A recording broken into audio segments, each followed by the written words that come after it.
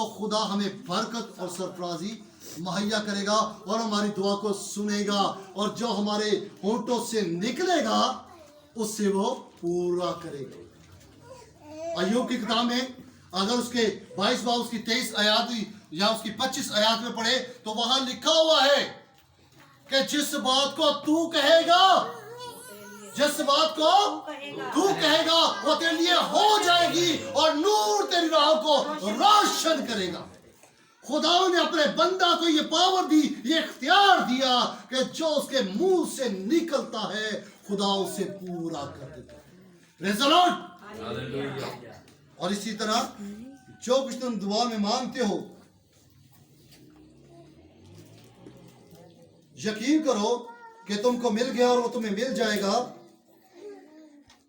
और जब कभी तुम खड़े हुए दुआ करते हो तो अगर तुम्हें किसी से कुछ शिकायत हो तो उसे मुआफ करो, ताकि तुम्हारा बाप भी जो आसमान पर है तुम्हारे गुनाह मुआफ करे। और अगर तुम मुआफ ना करोगे तो तुम्हारा बाप जो आसमान पर है तुम्हारे गुनाह भी मुआफ ना करेगा।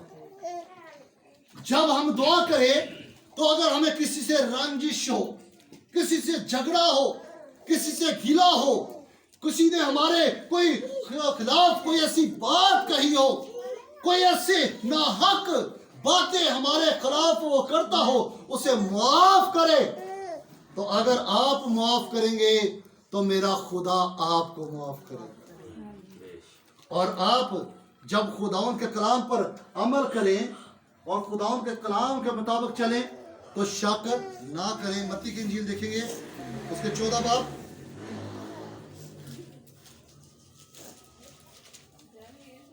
और उसकी 24 आयत से हम पढ़ेंगे। 14 बाब 24 आयत से। मगर कश्ती उस वक़्त झील के बीच में थी और लहरों से डगमगा रही थी, क्योंकि हवा मुखालिफ थी। और वो रात के चौथे पहर झील पर चलता हुआ उनके पास आया। शागिर्द उसे झील पर चलते हुए देखकर घबरा गए और कहने लगे कि भूत है। खुदा यीशु मसीह जब दुआ करने पहाड़ पर गए और शागिर्दों को कहा आप झील पर जाओ, कश्ती के बीच में रहो, और हवा चल रही थी और चौथे पहर, तीसरा पहर 3 बजे होता है और रात के 3 बजे, फिर उसके बाद चौथा पहर 3 बजे के बाद स्टार्ट हो जाता है, यानी 4 और 5 बजे के दरमियान जो खुदा यीशु मसीह कश्ती पर चलते हुए आ रहे थे उस वक्त, क्योंकि अंधेरा होता है। और उन्होंने देखा कि कोई आदमी पानी के ऊपर चलता हुआ आ रहा है, क्योंकि उनको पता था पानी के ऊपर कोई नहीं चल सकता, पानी के ऊपर कोई नहीं चल सकता।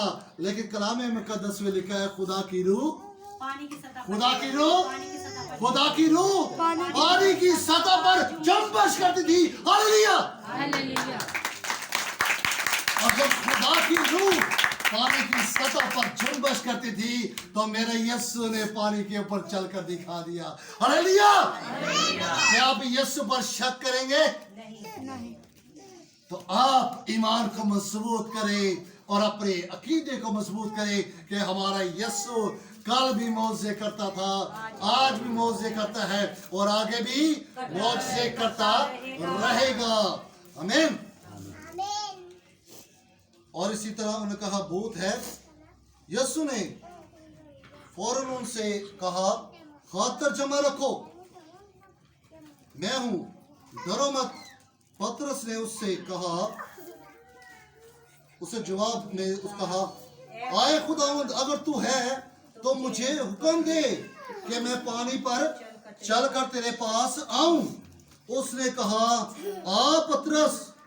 कश्ती से उतरकर यीशु के पास जाने के लिए पानी पर चलने लगा।